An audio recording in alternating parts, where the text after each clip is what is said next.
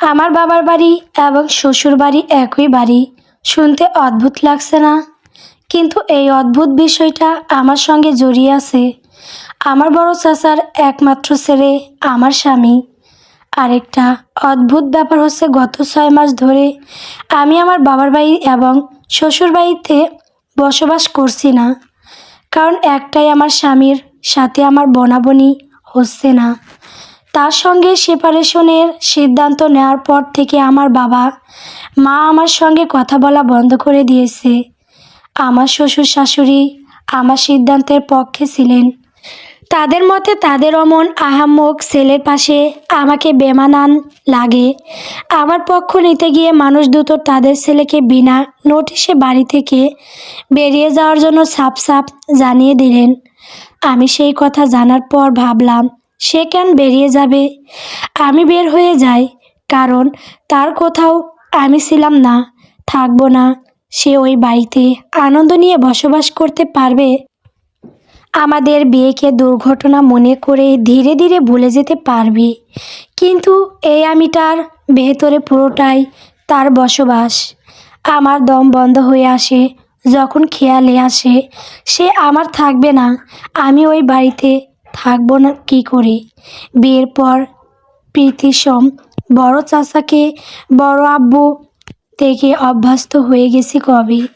বড় চাচিকে বড় আম্মু আর মানুষটাকে আদিত্য ডেকে অভ্যস্ত হয়ে গিয়েছি। তাকে নতুন করে আদিত্য ভাই বলবো কেমন করে? আদিত্যর ঘরের প্রতিটা কোণে আমার বিচরণ ছিল।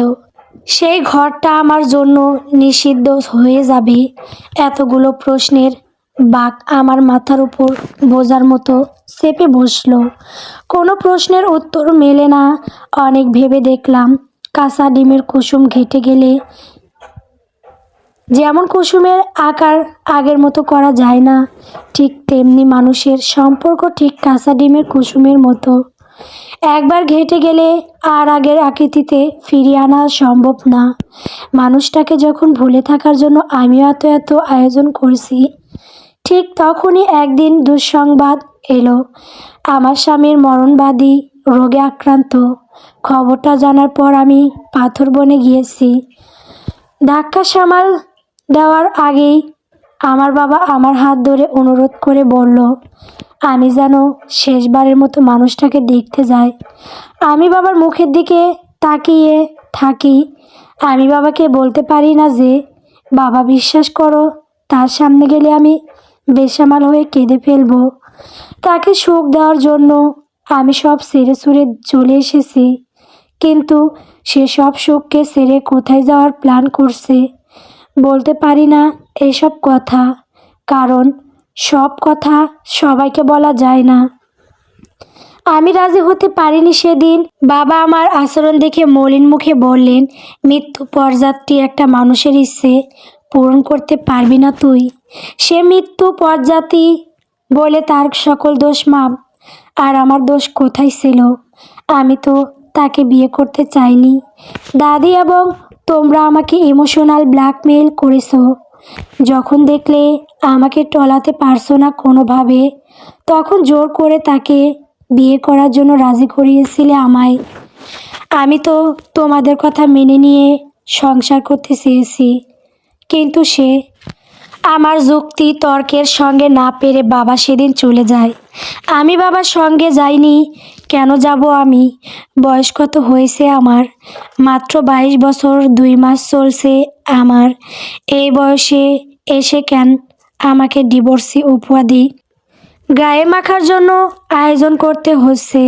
সে আমার প্রাক্তন, কিন্তু পরক্ষণেই আমার বিবেক বলে ওঠে সে আমার প্রাক্তন নয়। বাবা চলে যাওয়ার পর জানালার কাছে দাঁড়িয়ে ভাবছি, সমাজের কত মানুষ তো ডিভোর্স হয়, বহু বছর সেপারেশনে থাকে। তাদেরও কি আমার মতো পরিণতি হয়? হয় না বোধ হয়। তারা একদিন না একদিন তাদের প্রাক্তনকে ভুলে যাবে। কিন্তু আমি ভুলব কী করে? মানুষ প্রাক্তনকে ভুলতে বাবা মায়ের কাছে আশ্রয় নেয়, অথচ আমার কপালে বাবা মায়ের কাছে আশ্রয় নেওয়ার জায়গাটা শ্বশুরবাড়ি হিসেবে টিক চিহ্ন দেওয়া। মাঝে মধ্যে বলতে ইচ্ছে করে, একই পরিবারে বিয়ে দেওয়ার মতো লেম একটা সিদ্ধান্ত কার মাথায় আগে এসেছিল?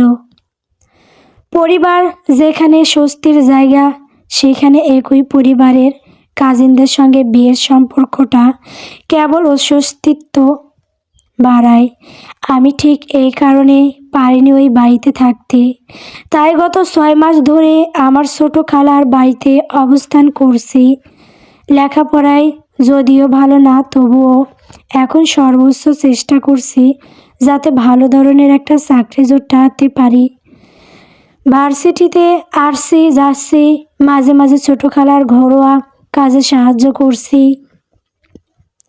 বিকেলে খালাতো ছোট ভাই বোনদের সঙ্গে ছাদে সময় কাটিয়ে দিই। সন্ধ্যার পর পড়ার টেবিল, রাত 10টার মধ্যে খাওয়া দাওয়া করে ঘুমানোর আয়োজন করি। কিন্তু গত 6 মাসে একটি রাতও আমার ঘুম ভালো হয়নি। এই ঘরের প্রতিটি আসবাবপত্র জানে আমি কতটা অসহায় হয়ে পড়ি রাতের এই সময়টাতে। আমার 3 মাসের সংসারটার কথা আমার খুব করে মনে পড়ে। আমার জীবনের প্রথম অনুভূতি ছিল আদিত্য। তাকে ঘিরে আমার সব ভালোবাসা মন্দবাসা ছিল, অথচ মানুষটা আমাকে একটিবার চাইল না। কেন? তার কারণও আমি জানি। বিয়ের আগে থেকে তার অপছন্দের চূড়ান্ত লিস্টে আমার নাম ছিল। বিয়ে হয়ে গেছে বলে তার সিদ্ধান্ত বদলে যাবে এমনটা আমি কখনোই ভাবিনি, কারণ তাকে আমি খুব ভালো করে জানি।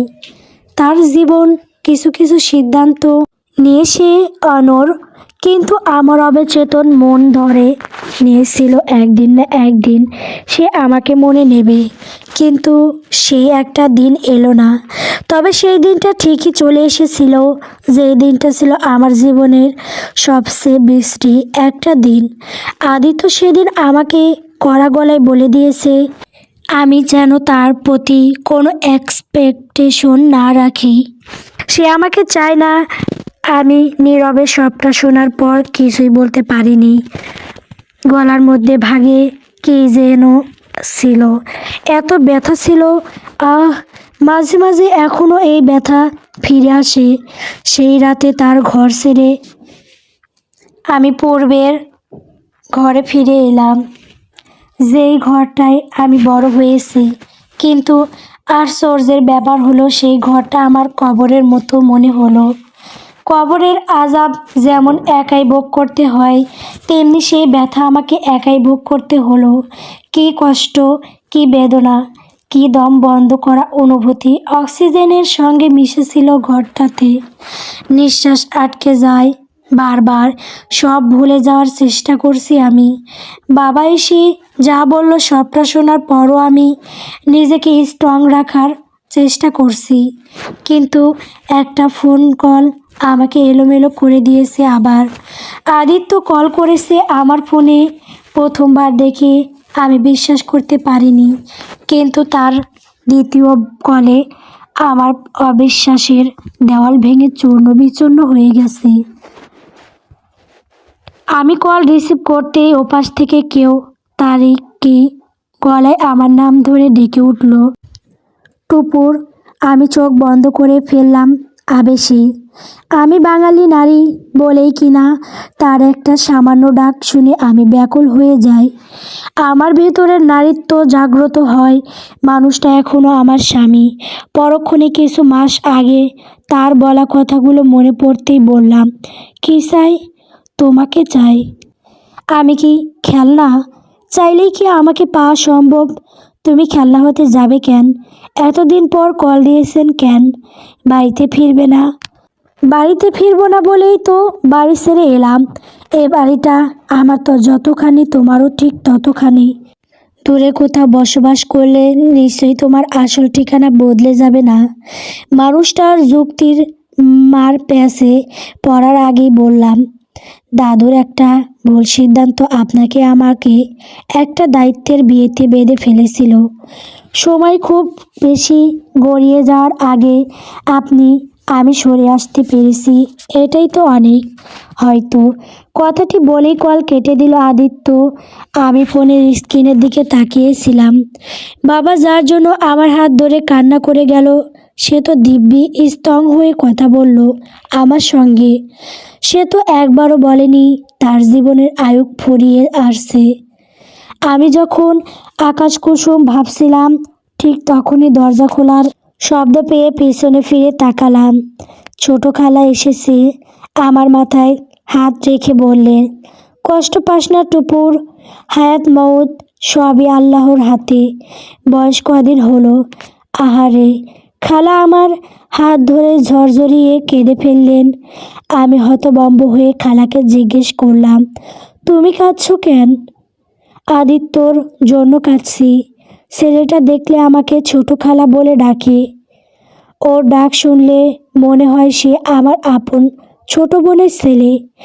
আমার যে কি রাগ হচ্ছে নিজের ওপর। সবাই আদিত্যর জন্য হতাশ হচ্ছে, কষ্ট পাচ্ছে, কিন্তু আমি পাচ্ছি না, কারণ আমি মৃত্যুকে ঈর্ষা করছি। যেই আদিত্যকে আমি পাবো না বলে দিনরাত এক করে কাঁদছি, সেই আদিত্যকে মৃত্যু এসে জয় করে নেবে। প্রকৃতি এত নিষ্ঠুর আচরণ করছে কেন? আমার কি আদিত্যকে চাওয়ার মতো যোগ্যতা নেই? এবার আমার চোখে জ্বালা করছে। খালার হাত ছেড়ে দিয়ে বললাম, আমি একা থাকতে চাই খালা, তুমি প্লিজ ঘর থেকে চলে যাও। খালা খানিকটা ঝুঁকে আমার কপালে চুমু দিয়ে চলে গেলেন। আমি বিছানায় শুয়ে পড়লাম, চোখের জল গড়িয়ে বালিশ ভিজে যাচ্ছে। আমার মোবাইলে কল এলো আবার। নাম্বার না দেখে নাক টানতে টানতে কল রিসিভ করলাম। হ্যালো, কাঁদছো কেন? আদিত্যর কণ্ঠ শুনে আমি বিস্মিত হয়ে বললাম, আজ আপনি আমাকে এতবার কল করছেন কেন? জানি না তো। আপনি সব জানেন, সবটা জানেন। মানুষের মন বুঝতে পারার পিএইচডি ডিগ্রি হয়তো আছে আপনার, বোঝার পিএইচডি ডিগ্রি নেই আমার। যদি থাকতো তাহলে আমি টুপুর হাসানের মনটা সবার আগে বোঝার চেষ্টা করতাম। কথাটি বলে হেসে ফেলল আদিত্য। আমি মোবাইলের এ প্রান্তে থেকেও স্পষ্ট শুনতে পেলাম তার হাসির শব্দ। আপনি আমাকে নিয়ে আবারও গেম খেলতে চাইছেন? আমি আপনার কাছে মোটেও ফিরব না আদিত্য। একটা সাজানো গোছানো সংসার তোমার পাওনা টুপুর। আমি মরে গেলে পরকালে এত ঋণের বোঝা টানতে পারবো না আমি। তুমি ফিরে এসো, যতদিন বেঁচে থাকবো ততদিন না হয় তোমায় একটা চমৎকার সংসারের রানী বানিয়ে রাখবো। আদিত্যর কথা শুনে আমি থমকে গেলাম। তার কণ্ঠস্বর আজ এত নরম, অথচ শব্দগুলো যেন নিষ্ঠুরতার সাক্ষ্য দিচ্ছে। আমি সহ্য করতে পারছি না তার। সহ্য করতে না পেরে চিৎকার করে বললাম, আপনি আমাকে আবারও লোভ দেখাচ্ছেন। আমি আপনার কথার জালে জড়িয়ে যাওয়ার মতো ভুল আর করব না। আপনাকে আমি ভুলে যেতে চাই আদিত্য। আপনার সঙ্গে নিজেকে জড়িয়ে আর সর্বনাশ করতে চাই না নিজের। তাহলে ডিভোর্স লেটার পাঠিয়ে দেই, সাইন করে দেবে তো? কারণ কাগজের কলমে তুমি এখনো আমার স্ত্রী, আমার প্রাক্তন হয়ে দেখো। তোমাকে আমি কখনোই জানতাম না, এই স্মৃতিটুকু ভুলে যাব। Touch me. আদিত্য, আপনি তো এখনও আমার প্রাক্তন। মোটেও না, আমি এখনও তোমার প্রাক্তন হইনি। কথাটি বলেই কল কেটে দেয় আদিত্য। আর আমি চোখে মুখে হাত রেখে বেসামাল হয়ে কাঁদছি। সে আমার প্রাক্তন নয়, কিন্তু আমার প্রিয়তম তো নয়। তাহলে সে আমার কে? টুপু, তুই ফিরে আয় মা, আমাদের বাড়ি। আমরা সবাই তোর অপেক্ষায় আছি। গত 6 মাস ধরে তুমি এবং বাবা আমার সঙ্গে যোগাযোগ রাখুনি মা। আমি তোমার রক্তের মানুষ, তোমার গর্বে আমি 9 মাস ছিলাম। সেই তুমি আমাকে ভুলে পরের ছেলেকে আপন করে নিলে। পরের ছেলে হতে যাবে কেন? আদিত্য আমাদের ঘরের ছেলে, আমার শ্রদ্ধেয় বড় ভাসুরের ছেলে। নতুন বউ হয়ে এসে ছেলেটাকে এতটুকুই দেখেছি, কোলে পিঠে করে বড় করেছি। সেই ছেলের কাছে তোকে বিয়ে দেওয়াতে ছেলেটা পরের ছেলে হয়ে গেছে। শোন টুপুর, তুই আমার কাছে যেমন, আদিত্য আমার কাছে তেমনই। তাহলে তুমি থাকো না তোমার ভাসুরের ছেলেকে নিয়ে, আমাকে নিয়ে তোমার ভাববার দরকার নাই। এবার কল কাটবে তো মা জননী, আমি কল কেটে দিলে তো বলবে তোমার নসিব খারাপ, নয়তো তোমার মতো মানুষের ঘরে আমার মতো তেলাপোকার জন্ম হলো কি করে। মেয়ের সহজ সরল কথায় বাজে অভিমানের গন্ধ পেলেন আফরোজ। একমাত্র মেয়ে বলেই কিনা মেয়েটাকে নিজের কাছে চিরজীবনের জন্য কাছে রাখার লোভে আদিত্যর সঙ্গে বিয়ে দিয়েছেন। আদিত্য খারাপ ছেলে নয়, টুপুরও নয়। আদিত্য এবং টুপুরের বিয়ের আগে অন্য কোথাও প্রেম আছে ছিল কিনা সেই খোঁজ খবর নিয়েছেন? কারোর প্রেমের সম্পর্ক ছিল না, তাহলে তাদের একসঙ্গে থাকতে সমস্যা কোথায়? কাজিনদের সঙ্গে কি বিয়ে হয় না? অবশ্যই হয়, কিন্তু এদের দেখলে তো মনে হয় এরা পাকিস্তান এবং ইন্ডিয়ান বর্ডারের এপার ওপারে দাঁড়িয়ে আছে। কেউ কারো হৃদয়ে অনুপ্রবেশ করবার আগে রাফেলের সামনে বুক পেতে দাঁড়াতে হবে। তাই কেউ এগিয়ে যাওয়ার সাহস পাচ্ছে না। এমন কঠিন পরিস্থিতিতে প্রেম তো দূরের কথা, ওদের স্বাভাবিক একটা সম্পর্ক গড়ে উঠবে না। তাছাড়া বিয়ের আগে ওরা দুজন যতটা সহজে মিশে যেত, বিয়ের পর ওদের সেই সহজ সুলভ সম্পর্কের দেখা মিলছে না। কোথাও না কোথাও ওদের সম্পর্কে একটা গ্যাপ আছে, বিশাল গ্যাপ। এই গ্যাপটা আসলে কিসের জন্য এখনও বের করতে পারিনি, কিন্তু অতি শীঘ্রই পারবেন বলে আশা করা যায়। আফরোজ দীর্ঘশ্বাস ফেলে বলল, দেখ, গোটা পৃথিবীতে মানুষ ব্যতীত অন্য কোনো প্রাণী ভুল করে, তোর কথা যদি আমি মেনে নেই তবে আদিত্য দোষী। এখন আদিত্য যদি তার ভুল বুঝতে পারে এবং তোকে ফিরিয়ে নিয়ে যেতে চাই, তবে তোর কি উচিত নয় আদিত্যর কাছে ফিরে যাওয়া? অবশ্যই ফিরে যাওয়া উচিত, কিন্তু আদিত্য কখনোই ভুল করেনি। জেনে শুনে কখনোই ভুল করা যায়? আদিত্যর সঙ্গে আমার সেপারেশনের সিদ্ধান্ত আদিত্য একেবারে ঠান্ডা মাথায় চিন্তা করে নিয়েছে। হয়তো এতদিন পর এসে সে নিজের বড় ধরনের রোগের জন্য অনুতপ্ত অনুভব করছে। তোমার কি আমার জন্য কষ্ট হয় না মা? তোমার মেয়েটা ডিভোর্সি ট্যাগ নিয়ে সমাজে বেঁচে থাকতে পারবে, কিন্তু আদিত্যর বিধবা হয়ে না। আমাকে ফিরিয়ে নিয়ে সে কি করবে মা? আদিত্য আমাকে কেন ফিরিয়ে নিয়ে যাবে জানো মা? কিছু মাস আগে আমি তার কাছে একটা চমৎকার সংসার চেয়েছিলাম। সেই চমৎকার সংসার সে এখন এসে আমাকে ফেরত দিতে চাইছে। চমৎকার সংসার না হয় আমি পাবো, তার দেওয়া সংসারের রানীও হব, কিন্তু আমার রাজা তো থাকবে না, সে চলে যাবে একদিন। তাহলে বলো তো মা, আমার কি করা উচিত? এখন যেই দহনে পড়ে যাচ্ছে সেই দহন সহ্য করে যাওয়া, নাকি সামান্য কদিনের সুখ অনুভব করে চিরজীবন আমার রাজাকে হারিয়ে ফেলার ট্রমা নিয়ে বেঁচে থাকা? টুপুর বেশ শান্ত হয়ে কথাগুলো বলল, কিন্তু মোবাইলের ওপাশে থাকা আফরোজ মেয়ের কথা শুনে কাঁদতে কাঁদতে বললেন, এভাবে কথা বলছিস কেন টুপুর? আদিত্যর কিছু হবে না, তুইও তোর সংসারের রানী হয়ে থাকবি, আর তোর রাজা তোর পাশেই থাকবে চিরকাল। টুপুরের চোখের কোণে জল চলে এসেছে, এবার কথা বলতে পারছে না। গলার মধ্যে ভাগে এসে শব্দ আটকে গেছে। মোবাইল ফোন কান থেকে সরিয়ে এনে কল কেটে দিল সে। আফরোজ কান্না করতে করতে মোবাইল হাতে নিয়ে বের হয়ে গেল নিজের ঘর থেকে। টুপুরের বাবা নিজাম সাহেব তখন ড্রয়িং রুমে বসে আদিত্যর বাবা মোস্তফা সাহেবের সঙ্গে কথা বলছিলেন। স্ত্রীকে কাঁদতে দেখে নিজাম সাহেব হতবাক হয়ে জিজ্ঞেস করলেন, কি হয়েছে আফরোজ? আমার মেয়েটা কষ্ট পাচ্ছে নাজিম। আমার মেয়ে একা হাতে নিজের দুঃখ সামলাচ্ছে, আমাদের কাউকে সে কাছে পাচ্ছে না। আমরা এতটা নির্দয় না হইলেও পারতাম, একবারও বুঝতে চেষ্টা করিনি টুপুর কি চায়। টিপিক্যাল বাঙালি বাপ মায়ের মতো নিজেদের সিদ্ধান্তকে মেয়ে ছেলের মাথায় চাপিয়ে দিয়েছি। এখন না আদিত্য আমার মেয়েকে কাছে টানতে পারছে, আর না আমার টুপুর আদিত্যর কাছে আসতে পারছে। আর না দূরে সরে যেতে পারছে। আমার মেয়ে আমার কত কাছের ছিল, সেই মেয়ে আমার থেকে কত দূরে সরে গেছে। আফরোজের কান্না দেখে আদিত্যর মা হাফসা মুখ কালো করে ফেলল। বড় শখ করে টুপুরকে একমাত্র ছেলের বউ বানিয়েছেন, কিন্তু আদিত্যর জন্য মেয়েটা হাফসা উঠে চলে গেলেন আদিত্যর ঘরে। আদিত্য তখন নিজের ঘরে বুক সেলফের সামনে দাঁড়িয়ে উপন্যাসের বই ঘাটাঘাটি করছিল। বুক সেলফের অর্ধেক বই টুপুরের, বেশিরভাগ রোমান্টিক ক্যাটাগরির বই।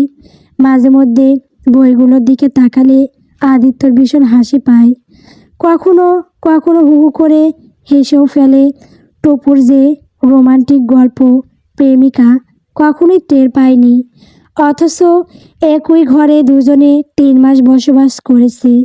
মাঝে মাঝে অফিস থেকে ফিরে ঘরের ভেতরে ঢুকলেই দেখতে পেত বইয়ের পাতায় চোখ রেখে মিটি মিটি হাসছে। আদিত্যর উপস্থিতি একবার টের পেয়ে গেলে মোটেও হাসত না। ভদ্রবালিকার মতো বই বন্ধ করে বিছানা থেকে নেমে আদিত্যর সামনে গিয়ে দাঁড়াতো। আদিত্যর শার্টের বোতামগুলো খুলে দিত, তারপর মাথা নিচু করে জিজ্ঞেস করত, কি খাবেন? লেবুর শরবত বানিয়ে দেব। আদিত্য জবাবে বলতো, লেবুর শরবত বানিয়ে নিয়ে এসো। আর হ্যাঁ, গল্পের বই পড়া বন্ধ করে একাডেমিক বই নিয়ে পড়তে বসো। পরীক্ষায় খাতায় নিশ্চয়ই গল্পের লাইন লিখে আসবে না। টুপুর মাথা নাড়িয়ে ঘর থেকে বেরিয়ে যেত। 10 মিনিটের মধ্যে লেবুর শরবত নিয়ে ফিরে আসতো। আদিত্য ততক্ষণে গোসল সেরে পুরো দস্তর বাঙালি বাবু সেজে বিছানায় বসে টুপুরের ফিরে আসার অপেক্ষা করত। লুঙ্গি এবং কালো টি শার্ট পরনে আদিত্যকে দেখলে মাঝে মধ্যে টুপুর খানিকটা বিরক্ত হয়ে মনে মনে কি যেন বিড়বিড় করত।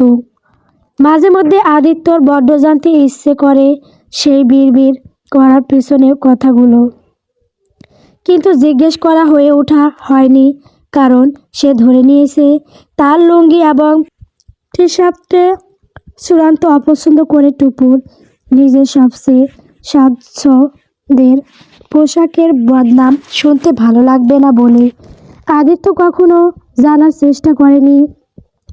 কি করছিস আদিত্য? মায়ের ডাক শুনে আদিত্য পিছনে ফিরে মুচকে এসে জিজ্ঞেস করলো, এই তো বই বের করছি পড়ার জন্য। তোর সঙ্গে কিছু কথা ছিল। মায়ের কথা শুনে আদিত্য চুপচাপ বিছানায় গিয়ে বসলো। হাফসা বিছানার এক কোণে বসে দীর্ঘশ্বাস ছেড়ে বলল, দেখ, আমাদের একটা সিদ্ধান্তের জন্য তুই আর টুপুর সাফার করছিস। যদি টুপুর তোর সঙ্গে সংসার করতে না চায় তাহলে ওকে মুক্তি দে। একটা মেয়ের জীবন নষ্ট করার অধিকার আমাদের নেই। এমনিতেই মেয়েটার কম ক্ষতি করিনি। টুপুর কিছু বলেছে? আদিত্য শুকনো গলায় প্রশ্ন করলো। হাফসা ছেলের মুখের দিকে তাকিয়ে বলল, কি জানি, তবে আফরোজ কিছুক্ষণ ধরে বেশ কান্নাকাটি করছে। মা, মাঝে মধ্যে আমরা ভুল মানুষকে ভালোবাসি, তাই না? কথাটি বলে আদিত্য তার মুখের দিকে তাকালো। হাফসা বিস্মিত হয়ে তাকিয়ে রইল। পরক্ষণে আদিত্য ঠোঁটের কোণে হাসি ফুটিয়ে বলল, টুপুর আমার সঙ্গে থাকবে। মা, অহেতুক চিন্তা ভাবনা ছেড়ে দাও, রিল্যাক্স থাকো। তোর কি হয়েছে আমাকে পরিষ্কার করে বলবি তো নাকি? তুই আমার কত সাধনার ফল জানিস তুই? আমার সেই তোর কি এমন হলো বলতো? কথাগুলো বলতে বলতে হাফসা কাঁদে ফেললেন। মায়ের কান্না দেখে আদিত্য মায়ের মুখের দিকে তাকিয়ে, মরণবাদী রোগ হয়েছে কথাটি বলতে বলতে হু হু করে হেসেও বলে ফেলল। আদিত্যর হাসি দেখে হাফসা কান্না ভুলে বিস্মিত হয়ে গেছে। আদিত্য অনেক কষ্টে হাসি থামিয়ে তার মাকে বলল, পরদিন সকালে টুপুর ভার্সিটিতে যাওয়ার জন্য তৈরি হচ্ছে। টুপুরের ছোট খালার মেয়েটার নাম পিহু। পিহু টুপুরের ঘরে টুপুরের বিছানায় বসে টুপুরকে হিজাব বাঁধতে দেখে বলল, তোমাকে তো দারুণ মানিয়েছে পার্পেল রঙা হিজাবে। টুপুর মুচকি হেসে পিহুকে ধন্যবাদ জানিয়ে ব্যাগ গোছালো। পিহু পিছনে থেকে টুপুরের সামনে দাঁড়িয়ে হাত ধরে বলল, আপু, তুমি আজ ভার্সিটিতে গেলে আর বাড়িতে ফিরে এসো না। নয়তো তোমাকে সবাই আবারও ধরে বেঁধে দিয়ে দেবে। পিহুর কাছ থেকে এই কথা শুনে টুপুর অবিশ্বাসের সুরে জিজ্ঞেস করলো, তুই আবার উল্টাপাল্টা কি বলছিস? যা, ঘর গিয়ে স্কুলে যাওয়ার জন্য তৈরি হ। আপু, আমি মোটে উল্টাপাল্টা বকছি না। আমার বাবার বেস্ট ফ্রেন্ডের ছেলে আছে না, ওই যে ইফাজ নামের ছেলেটা, ওই আসবে আজ তোমাকে কি দেখতে। যদি সব ঠিকঠাক থাকে তাহলে আজই তোমাদের আংটি বদল করিয়ে রাখবে। আর তোমার সঙ্গে নাকি অতি দ্রুত আদিত্য ভাইয়ার ডিভোর্স হয়ে যাবে। মাকে মোবাইলে এমনটাই বলা বলি করতে শুনলাম। পিহুর কথা শুনে টুপুর দাঁত দিয়ে নখ কাটতে কাটতে বলল, এবার কি করব আমি? পালিয়ে যাও আপু, নয়তো আদিত্য ভাইয়া তোমাকে ডিভোর্স দেবে। ইফাজ ভাইয়া এসে তোমাকে বউ বানিয়ে নিয়ে যাবে। অথচ আমার ক্রাশ হচ্ছে ইফাজ ভাইয়া। শেষমেশ আমার ক্রাশ কিনা আমাকে বাস খাওয়ানোর জন্য প্রস্তুতি নিচ্ছে। টুপুর মাথায় কাজ করছে না। পিহুর কথায় এত নার্ভাসনেস ফিল হচ্ছে কেন? এমন তো হতে পারে পিহু বানিয়ে বানিয়ে এসব বলছে। তাছাড়া গতকালই তো আদিত্য তাকে ফিরিয়ে নেওয়ার কথা বলেছে। কার কথা বিশ্বাস করবে এখন, পিহুর কথা নাকি আদিত্যর কথা? বাস স্ট্যান্ডের সামনে দাঁড়ানো বাসগুলোর সামনে দাঁড়িয়ে আছে টুপুর, পাশে দাঁড়িয়ে আছে পিহু। ক্লাস 9-এ পড়া পিহুর কথায় বাসা থেকে বেরিয়ে বাস স্ট্যান্ডের সামনে দাঁড়িয়ে থাকতে মোটেও ভালো লাগছে না টুপুরের। টিস্যু দিয়ে কপালের এবং নাকের ডগায় জমে থাকা ঘাম মুছতে মুছতে টুপুর পিহুর দিকে তাক ফিরে বলল, পিহু, কাজটা কি ঠিক হচ্ছে? আমরা দুজন বাসায় বসে ব্যাপারটা মিটমাট করার চেষ্টা করতে পারতাম, কিন্তু বাসায় থেকে পালিয়ে খালা, বাবা, মায়েশ এবং আদিত্য যদি জানতে পারে আমার মা তোমার বাবা মা, আর কি করবি? কানাকাটি করবি, থানায় গিয়ে সাধারণ জিডি করবে, পুলিশের ব্যবস্থা নেওয়া অবধি অপেক্ষা করবে। তাছাড়া আদিত্য দুলাভাই জানতে পারলে কি আর করবে? বেচারা দারুণ আনন্দ পাবে, কারণ তোমার সঙ্গে তার বনিবনা হচ্ছে না বলেই তো তোমরা সেপারেশনে আসো। আজ বাদে কাল তোমাদের ডিভোর্স হয়ে যাবে। So don't worry. সে তোমার চিন্তা খাওয়া দাওয়া বন্ধ করবে না। এমনিতেও মানুষটা নাকি ভীষণ অসুস্থ। তোমার পালিয়ে যাওয়ার খবর শোনার পর যদি সামান্য সুস্থ বোধ করে তাহলে আমার সওয়াব। পিহুর বাকি কথা সম্পূর্ণ হবার আগেই পিহুর চুল ধরে টান দিল টুপুর। পিহু কাঁদো কাঁদো চেহারা বানিয়ে বলল, সরি আপু। টুপুর দীর্ঘশ্বাস ছাড়ল। সদিয়া বাস এসে থামলো রাস্তার এক পাশে। পিহুর টুপুরের মুখের দিকে তাকিয়ে বলল, আমি জানি আপু তুমি দুলাভাইকে কতটা ভালোবাসো, কিন্তু সামান্য থেমে ফের পিহু বলল, অল দ্য বেস্ট। আমি দোয়া করি তুমি যেন পৃথিবী সবচেয়ে সুখী মেয়ে হও। টুপুর পিহুর মাথায় হাত বুলিয়ে বলল, তুই বাসায় ফিরে যা। আমি জানি না আমার ভাগ্যে কি আছে। ইফাজ সাহেবের ব্যাপারটা মিটে গেলে তুই অবশ্যই আমাকে ইনফর্মও করবি। আমি ফিরে আসব, কারণ আগের মতো আমার সেই বয়সটা নেই, যেই বয়সে আমি অনেক অনেক টেনশনের ওপরে রাখতাম বাবা মাকে। টুপুর পিহুকে টাটা দিয়ে বাসে উঠে আসন গ্রহণ করলো। জানালার কাজ খুলে হাত নাড়িয়ে বিদায় জানালো পিহুকে। বাস চলতে শুরু করেছে। টুপুর জানালার দিকে মুখ ফিরিয়ে বসে আছে। পিছনে ফেলে আসা গাছ, দোকানপাট, বাড়ি সিরসেনা শহরকে ফেলে যাচ্ছে। খুব বেশি দূরে যাচ্ছে না। টুপুরের বেস্ট ফ্রেন্ড সিথির বাড়ি নারায়ণগঞ্জে যাচ্ছে। সিথির বিয়ে উপলক্ষে যার হচ্ছেন সেখানে।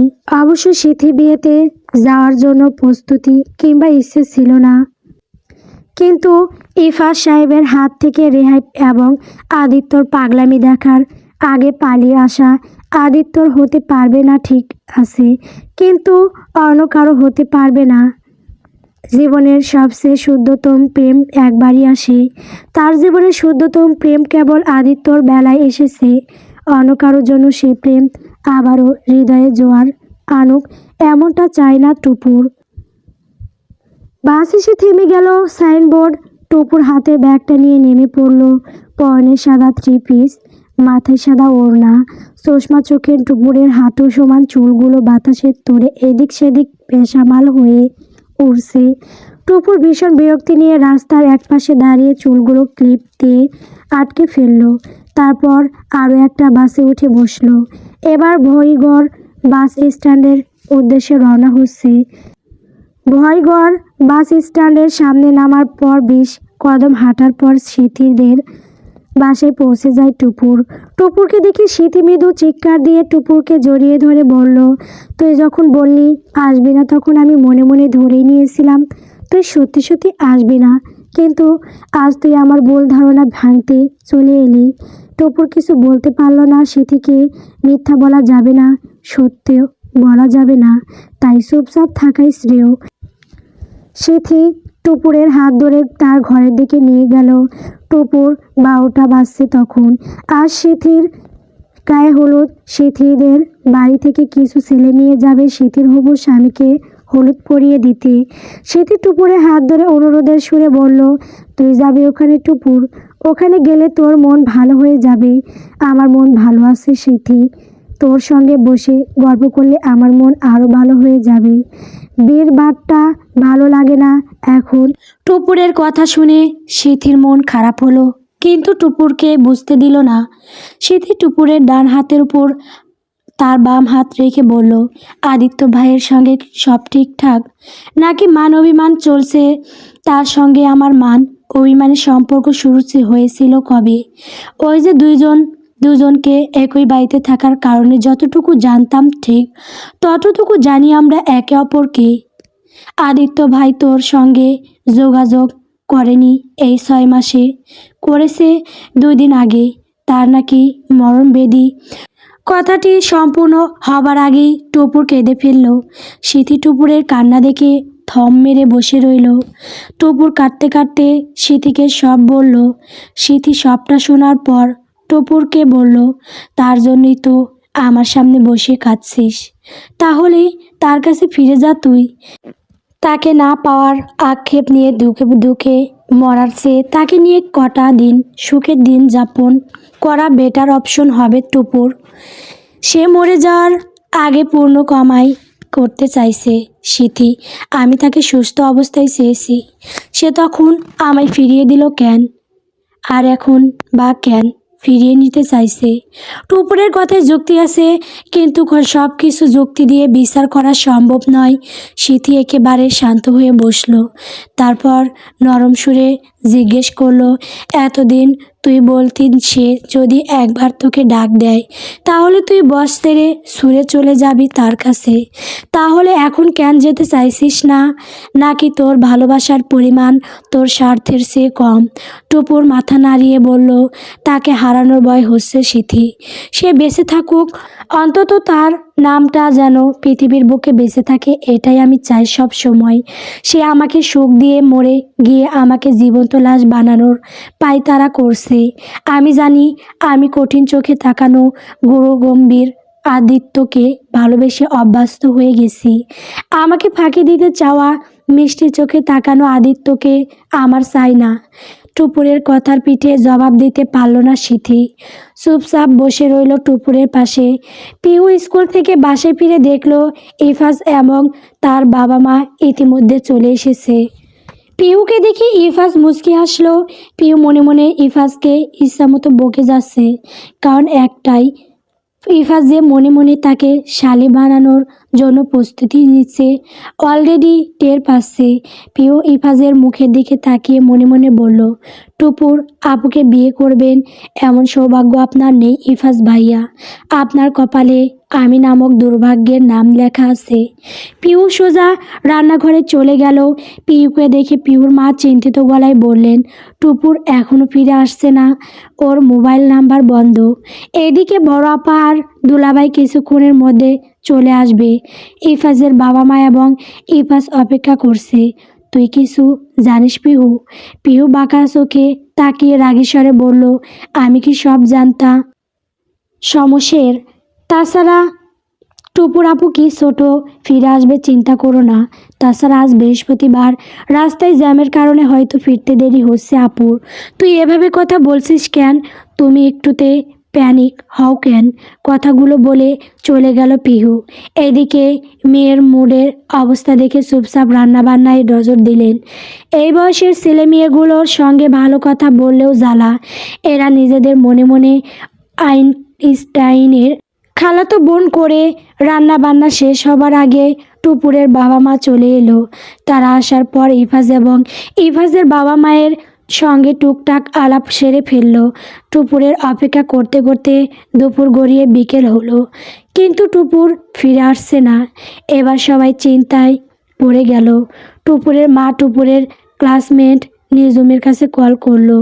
টুপুরের কথা জানতে চাইলে নিজুম জানালো যে আজ টুপুর ভার্সিটিতে আসেনি। এই কথা শোনার পর সবার মাথার ওপর আকাশ ভেঙে পড়ল। মানে কি? ভার্সিটিতে যায়নি? তাহলে টুপুর গেল কোথায়? সবার চেহারার এক্সপ্রেশন দেখে পিহু দারুণ মজা পাচ্ছে। মাঝে মাঝে দু একটা ভিডিও করছে। টুপুর আপু ফিরে এলো, তাকে এই ভিডিওগুলো দেখালে আপু নিশ্চয়ই খুশি হবে। সবাই যে টুপুর আপুকে কতটা ভালোবাসে এই সুযোগে দেখানো যাবে। সন্ধ্যা নাগাদ টুপুরের শ্বশুর শাশুড়ি অবধি চলে এলো টুপুরের ছোট খালার বাসায়। আদিত্য বাড়িতে নেই, নয়তো সে টুপুরের বাবা এবং শ্বশুর মিলে বান্দা থানায় চলে গেল টুপুরের মিসিং কেস ফাইল করার জন্য। টুপুরের মা মেয়ের চিন্তায় কাঁদতে কাঁদতে আধমরা হয়ে যাচ্ছেন। এবার পিওর দুশ্চিন্তা হচ্ছে, যদি টুপুরের নিখোঁজ হবার আসল ঘটনা সবার সামনে চলে আসে তাহলে পিওর কি হবে? সিঁড়ির হলুদ সন্ধ্যার আয়োজন করা হলো সিথিদের বাড়ির ছাদে। সিথি এবং টুপুরের আরও দুজন বান্ধবী এলো। টুপুর বাদে সিথির কাজিনরা এবং বান্ধবীরা একই রঙের হলুদের শাড়ি পরেছে, গোলাপি পায়ের হলুদ রঙা হাফ সিল্কের শাড়ি। সবাই সাজুগুজু করার পর টুপুরকে চেপে ধরল শাড়ি পরার জন্য। টুপুর রাজি হচ্ছিল না দেখে সিথি ইমোশনালি ব্ল্যাকমেইল করলো, এই বলে যে, দেখ টুপুর, অনেক বছর পর আমার বিয়ে ছবি অ্যালবামে তোকে সাদা মাটা অবস্থায় দেখতে আমার ভীষণ খারাপ লাগে। আমার মন খারাপের কারণ না হয়ে তুই খুশির কারণ হয়ে যা না। শীতের আবদার পূরণ করতে টুপুর অবশেষে রাজি হলো শাড়ি পরতে। টুপুর তৈরি হয়ে যখন আয়নার সামনে দাঁড়ালো ঠিক তখনই পড়লো তার গায়ে হলুদের দিনের কথা। পরক্ষণেই ভাবলো, স্মৃতিরা এত নিষ্ঠুর কেন? মনের হালচাল বোঝে না, খুব খারাপ সময়ে মন খারাপ হওয়ার মতো স্মৃতি এনে চোখের সামনে প্লে করে দেয়। টুপুর সহ বাকি সবাই স্মৃতিকে নিয়ে ছাদে চলে গেল। স্মৃতিকে ঘিরে সবার আনন্দ যেন দ্বিগুণ বেড়ে গেল। টুপুর স্মৃতির পাশে বসা অবস্থায় থাকায় টের পেল না কেউ তার দিকে তাকিয়ে আছে। চোখে তার মুগ্ধতার পরশ লেগে আছে। রাত 10টা বাজছে। আদিত্যর কাছে কল করলো মোস্তফা সাহেব। অসময়ে বাবার কল দেখে আদিত্য কল রিসিভ করে বলল, এত রাতে কিছু হয়েছে বাবা? তুই যেখানে আছিস সেখানে থেকে ফিরে আয় আদিত্য। কেন বাবা? টুপুরকে দুপুর থেকে খুঁজে পাওয়া যাচ্ছে না। তোর মা চাষি কেঁদে কেটে একাকার। কিছুক্ষণ আগে আমি আর তোর চাচা থানায় গিয়ে টুপুরের মিসিং ডায়েরি ফাইল করে এলাম। আদিত্য চুপচাপ সব কথাগুলো শুনল, তারপর শেষে গিয়ে বলল, রাখছি। কল কাটার শব্দ শুনে মোস্তফা সাহেব দীর্ঘশ্বাস ফেললেন। ছেলের এমন কাণ্ড মেনে নেওয়া যায়? একবার মনে হয় আদিত্য টুপুরকে নিয়ে সংসার করতে চায়, পরক্ষণেই মনে হয় আদিত্যর টুপুরের ওপর কোনো ইন্টারেস্ট নেই। আদিত্য পাঞ্জাবি পকেটে মোবাইল ফোন ঢুকিয়ে সামনের দিকে অগ্রসর হচ্ছে। এতক্ষণ ধরে একটা মেয়েকে ভীষণ চোখে চোখে রাখছিল। মেয়েটার চোখ ধাঁধানো রূপ তাকে বেসামাল করে তুলেছে। অতঃপর সেই মেয়েটার পিছনে দাঁড়িয়ে মেয়েটার কাছে ঝুঁকে বলল, কেমন আছো টুপুর? চেনা কণ্ঠস্বর শোনার পর টুপুর ভীষণ অবাক হয়ে পেছনে তাকায়। আদিত্যকে টুপুর হতভম্ব হয়ে তাকিয়ে রইল। টুপুরের হতভম্ব চেহারা দেখে আদিত্য মুচকি এসে বলল, বান্ধবীর বিয়েতে আসবে ভালো কথা, পালিয়ে আসার কী দরকার ছিল বলো? আপনি সত্যি সত্যি আমার সামনে দাঁড়িয়ে আছেন তো, নাকি আপনি আমার নিছক ভ্রম? টুপুরের কথা শুনে আদিত্য ভীষণ মজা পেল। এত মানুষের সামনে টুপুরের হাতটা ধরে বলল, চেক করে দেখো আমি সত্যি তোমার সামনে দাঁড়িয়ে আছি কিনা। আদিত্যর হাতটার ভেতরে নিজের হাতটার অস্তিত্ব টের পাওয়া মাত্রই টুপুর ক্লান্ত গলায় সিথিকে উদ্দেশ্য করে বলল, সিথি, আমার মাথা খারাপ হওয়াটাই বাকি ছিল। আজ বুঝি সত্যি সত্যি মাথা খারাপ হয়ে গেছে আমার। আদিত্য কখনোই নিজ আপোষে আমার হাত ধরেনি। সে আদিত্য আমার হাত ধরল কেমনে? সিথি কথাগুলো বলতে বলতে টুপুর জ্ঞান হারিয়ে ছাদের মেঝেতে পড়ে যাচ্ছিল। ঠিক ওই মুহূর্তে আদিত্য টুপুরকে বুকের মধ্যে আগলে ধরল। সিথিসহ বাকি সবাই টুপুরের অবস্থা দেখে আতঙ্কিত হয়ে পড়ল। গল্প সে আমার প্রাক্তন নয়। গল্পটি কেমন হয়েছে কমেন্ট করে বলবেন। পরবর্তী পর্ব পাওয়ার জন্য অবশ্যই আমার চ্যানেলটিকে সাবস্ক্রাইব করবেন। ধন্যবাদ।